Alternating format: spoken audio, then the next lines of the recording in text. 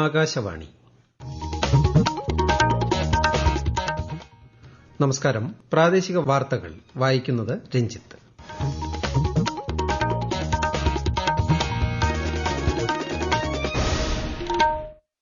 പ്രധാന വാർത്തകൾ. സംസ്ഥാനത്ത് ഉപതെരഞ്ഞെടുപ്പ് നടക്കുന്ന പാലക്കാട്, ചേലക്കര നിയമസഭാ മണ്ഡലങ്ങളിലും വയനാട് ലോക്സഭാ മണ്ഡലത്തിലും പ്രചാരണം ശക്തം. 3 മുന്നണികളുടെയും മുതിർന്ന നേതാക്കൾ പ്രചാരണ രംഗത്ത്. കേരള സ്പോർട്സ് കോൺക്ലേവിന് തിരുവനന്തപുരത്ത് തുടക്കം. ഗവർണർ ആരിഫ് മുഹമ്മദ് ഖാൻ ഉദ്ഘാടനം ചെയ്തു. ശ്രീ പത്മനാഭസ്വാമി ക്ഷേത്രത്തിലെ അൽപ്പശി ഉത്സവത്തോടനുബന്ധിച്ചുള്ള ആറാട്ട് ഇന്ന്. തിരുവനന്തപുരം അന്താരാഷ്ട്ര വിമാനത്താവളം റൺവേ ഉച്ചയ്ക്ക് ശേഷം താൽക്കാലികമായി അടച്ചിടും. കേരളത്തിലെ വിനോദസഞ്ചാര മേഖലയ്ക്ക് ഉണർവേകുന്ന സീപ്ലെയിൻ സർവീസിന് മറ്റന്നാൾ തുടക്കമാകും. സംസ്ഥാന സ്കൂൾ കായികമേളയിൽ മുന്നേറ്റം തുടർന്ന് തിരുവനന്തപുരം. അത്ലറ്റിക്സിൽ കുതിച്ച് മലപ്പുറം. വാർത്തകൾ വിശദമായി.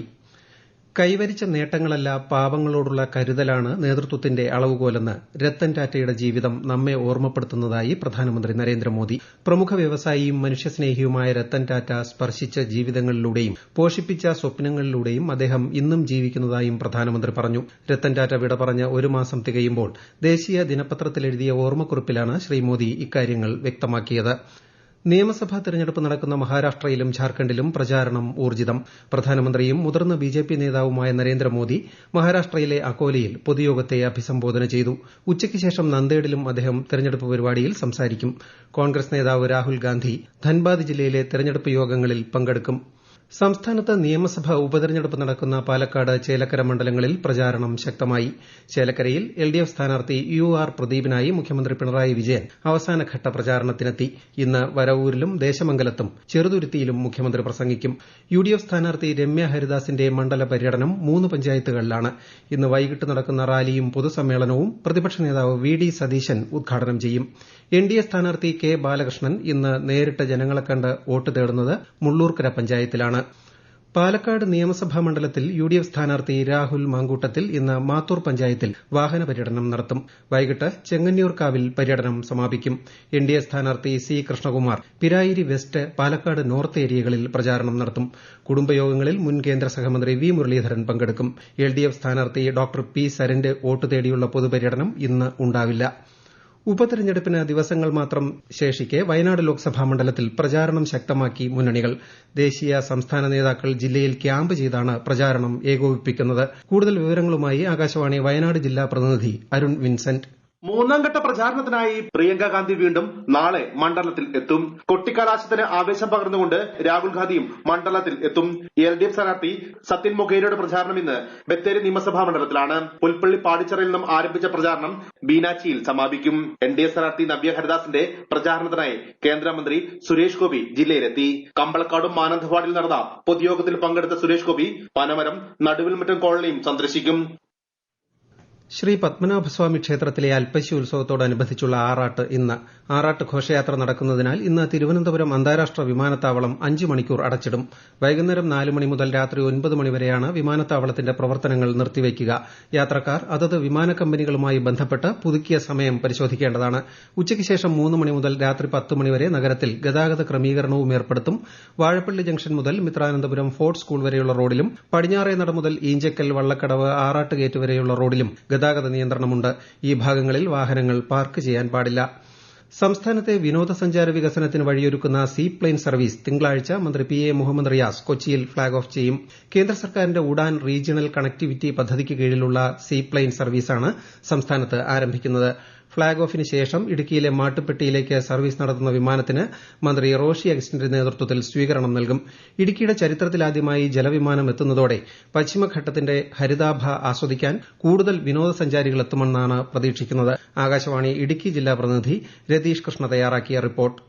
വെള്ളത്തിലും കരയിലും ലാൻഡ് ചെയ്യുന്നതോടൊപ്പം പറന്നുയരുകയും ചെയ്യുന്ന വിമാനത്തിലിരുന്ന മൂന്നാറിന്റെ പ്രകൃതി ഭംഗി ആസ്വദിക്കാം. വിമാനത്തിൽ 8 പേർക്ക് സഞ്ചരിക്കാം. KSEBയുടെ പള്ളിവാസൽ ജലവൈദ്യുത പദ്ധതിയുടെ ഭാഗമായ മാട്ടുപ്പെട്ടി ഡാമിൽ നിലവിലുള്ള ബോട്ട് ജെട്ടിക്ക് സമീപമാണ് വാട്ടർ എയറോഡ്രോം സ്ഥാപിക്കുന്നത്. ഇടുക്കിയുടെ ടൂറിസം രംഗത്ത് വലിയ പ്രതീക്ഷയാണ് സീപ്ലെയിനിന്റെ പരീക്ഷണ പറക്കൽ നൽകുന്നത്. കൊച്ചിയിൽ നിന്നും കോഴിക്കോട് നിന്നുമൊക്കെ നേരിട്ട് പറന്നിറങ്ങാമെന്നത് വിദേശ വിനോദസഞ്ചാരികളെ ഇടുക്കിയിലേക്ക് ആകർഷിക്കും. എയർ സ്ട്രിപ്പുകൾ നിർമ്മിച്ച് പരിപാലിക്കുന്നതിനുള്ള വലിയ ചെലവ് ഒഴിവാക്കുന്നുവെന്നതും ജലവിമാനങ്ങളുടെ ആകർഷണീയതയാണ്.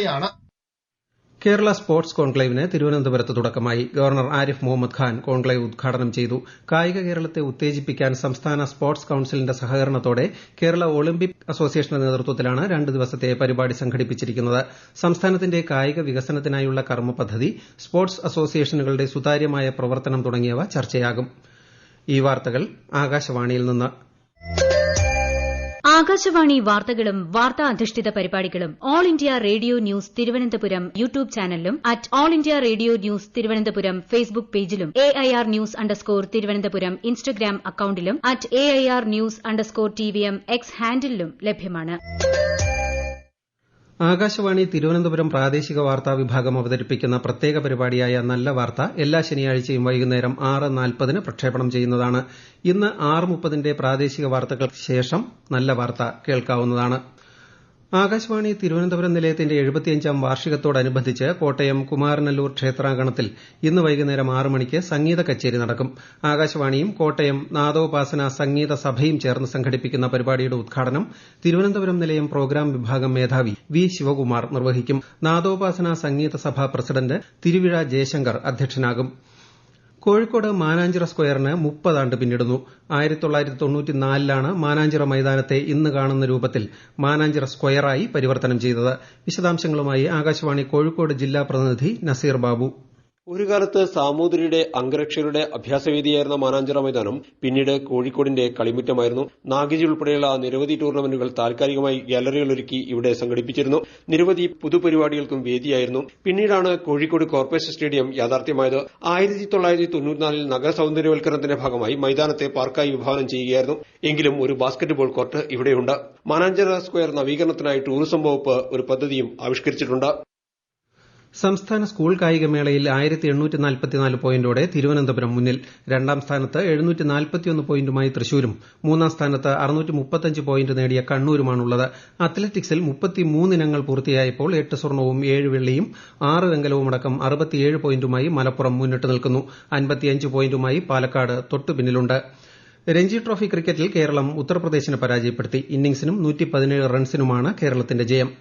വയനാട്ടിൽ കുന്നംപറ്റയിൽ താമസിക്കുന്ന 2 കുട്ടികൾക്ക് ഭക്ഷ്യവിഷബാധ. മേപ്പാടി പഞ്ചായത്ത് നൽകിയ കിറ്റിലെ സോയാബീൻ ഉപയോഗിച്ച ശേഷമാണ് ആരോഗ്യ പ്രശ്നങ്ങളെന്ന് ബന്ധുക്കൾ ആരോപിച്ചു. വൈത്തിരി താലൂക്ക് ആശുപത്രിയിൽ ചികിത്സ നേടിയ കുട്ടികളുടെ ആരോഗ്യനില തൃപ്തികരം.